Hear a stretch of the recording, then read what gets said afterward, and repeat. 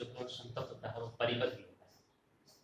तो it means जब ये कंटिन्यूअस है जी, तो then this will be the also bounded, ये परिबद्ध भी होगा। और परिबद्ध होगा तो उसके अटैचमेंट में एक और फॉर्म पड़ेगी, इसके स्टेटमेंट का भी हम यहाँ पर प्रयोग करेंगे कि यदि वह परिबद्ध है तो वह अपने उच्चक और निम्नक को भी ग्रहण करता है, विशेष बिंदुओं पर अपने परिबंधों को ग्रहण करता है, प्राप्त करता है।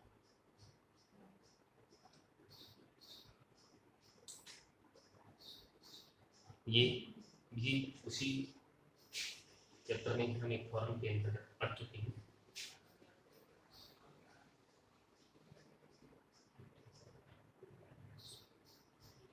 बिंदु पर ग्रहण करता है। gx जो आपके पास है, gx is equal to fx minus kx, g dash x is equal to f dash x minus k, and at the point a, x की जगह आप a को रिप्लेस करेंगे f dash से minus k,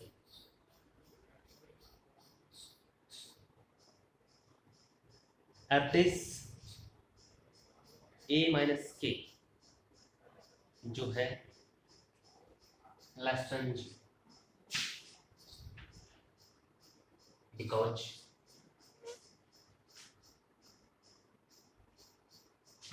from first f dash से starting में according to given ये k जो है f dash a और f dash b के मध्य, उसमें हमें f dash a को छोटा माना था, f dash b को बड़ा माना था, मध्य स्थित होने के कारण नाउ फ्रॉम दिस आप पक्षांतर कीजिए माइनस के लेस देन, ये कॉम्पास से हम ये लिख पा रहे हैं this will be the less than, जब ये less than 0 g dash a is also less than 0, g dash a क्या होगा 0 से छोटा। इस स्थिति में हम ये कह सकते हैं कि इसके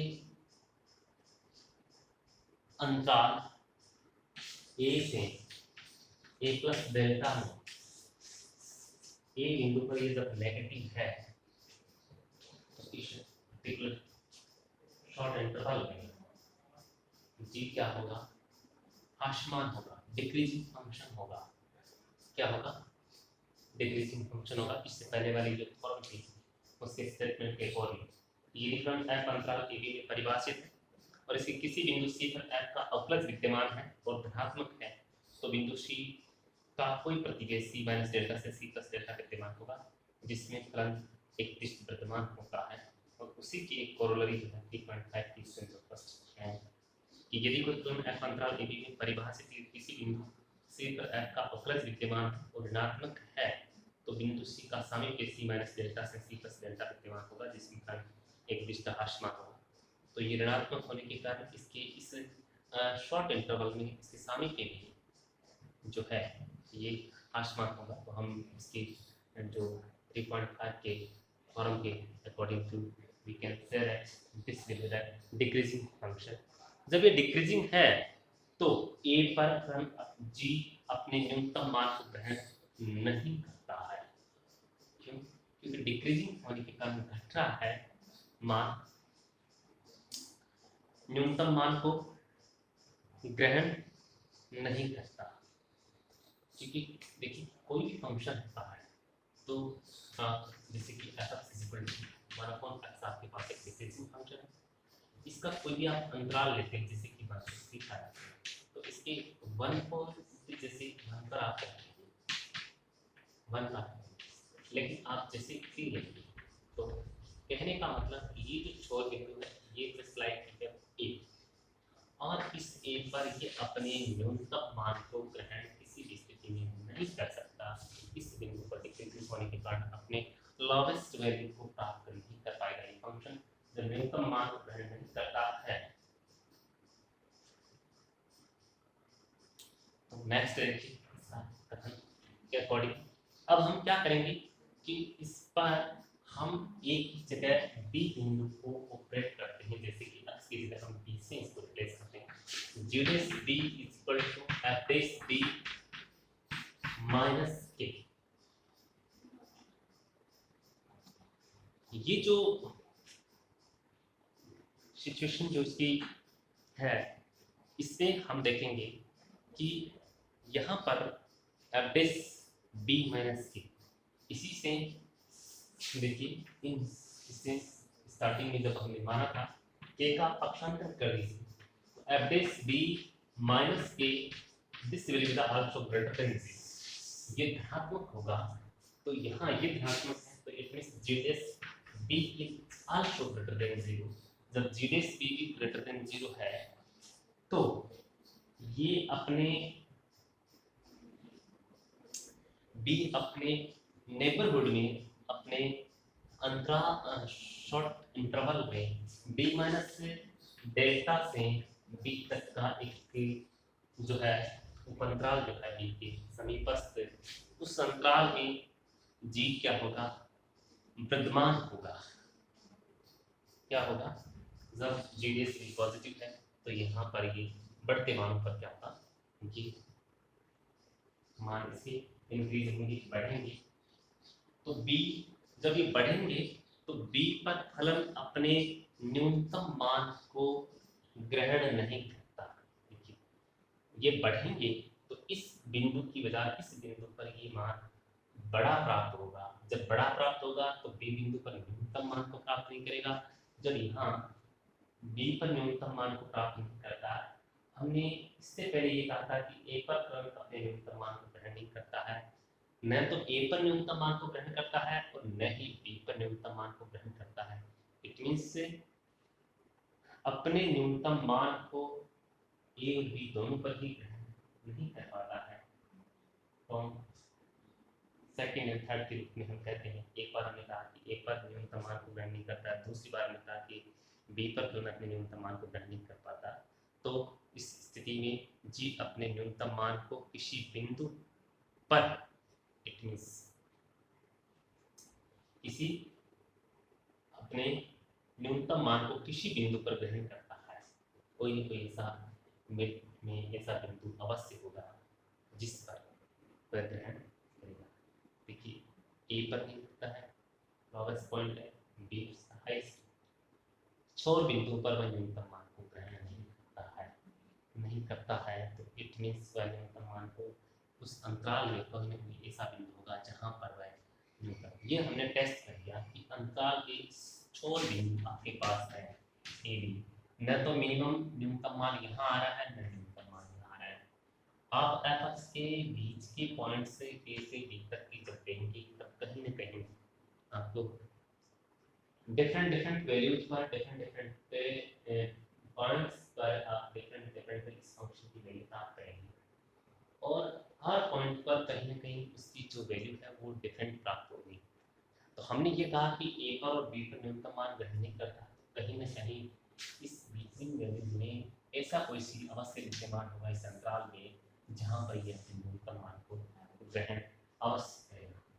पिछले बिंदु पढ़ी है तो वो बिंदु कहाँ होगा, इस अंतराल में होगा, और उस को हमने शेप के रूप में माना जहाँ GC इक्वल टू n के रूप में हमने सपोज कर लिया, माना कि ये जो है GC एक ऐसा बिंदु है जहाँ पर ये अपने न्यूनतम मान को ग्रहण करता है।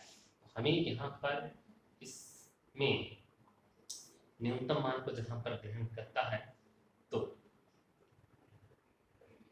उस बिंदु को हम इसमें देखिए एक जो है वो केस, दो केस हम लेकर के अलग अलग केस हम इस चीज को समझेंगे।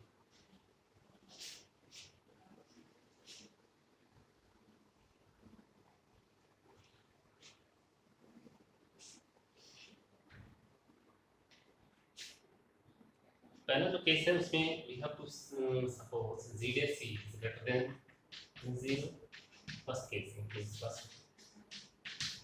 जब g dash c is greater than 0 है तो इस स्थिति में इस अंतराल के लिए c माइनस से डेल्टा से c तक का एक शॉर्ट इंटरवल हमने सपोज किया है जी एक्स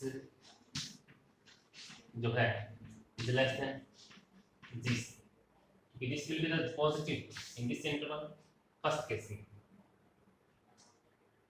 जीसी को हमने एन के रूप में सबसे पहले सपोज कर लिया था, मान लिया था कि जिस बिंदु पर है तो अपने मिनिमाइज को प्राप्त करता है, मिनिमम वैल्यू को कंसीडर करता है। एक केस में हमने इसको पॉजिटिव मान लिया कि जीडीएससी अगर पॉजिटिव है तो इसके शॉर्ट इंटरवल में इसके आसपास के बिंदु पर जी एक्स इज लेस देन होगा जी सी, जब ये धनात्मक है उस केस में। And G C is equal to आपके पास यहाँ पर ऑलरेडी आपने इसको सपोज कर रखा है। For all X belongs to C minus delta से सी, जो कि तथ्य जी का ए बी में निम्नक होने का विरोधाभास है।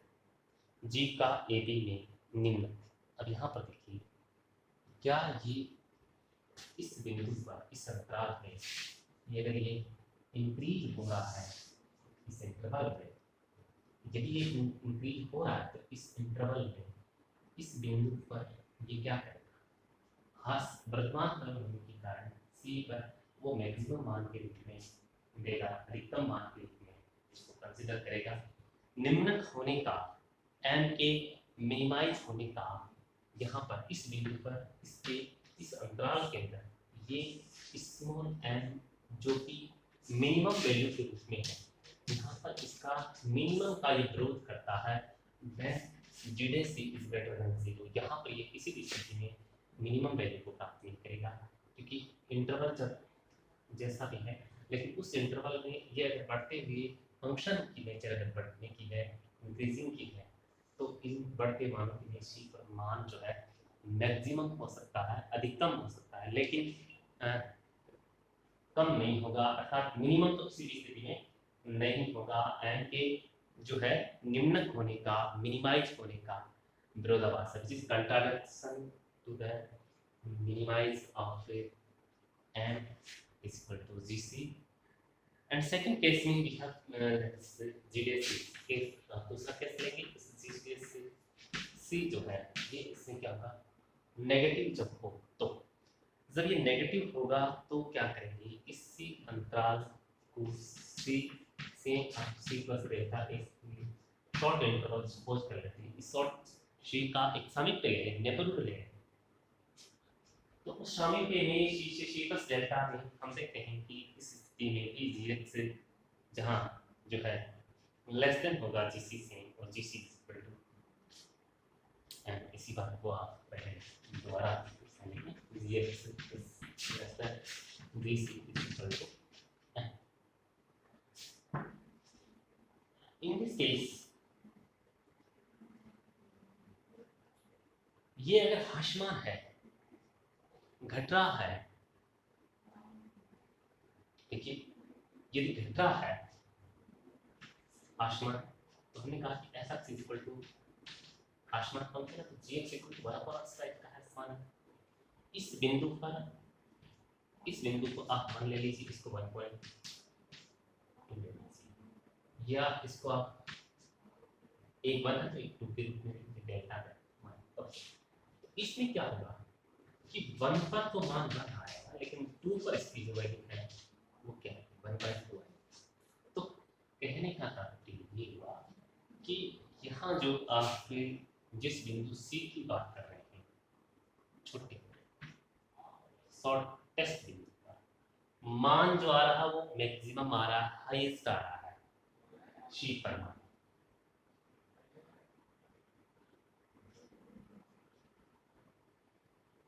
हाईएस्ट आ रहा है, इस स्थिति में भी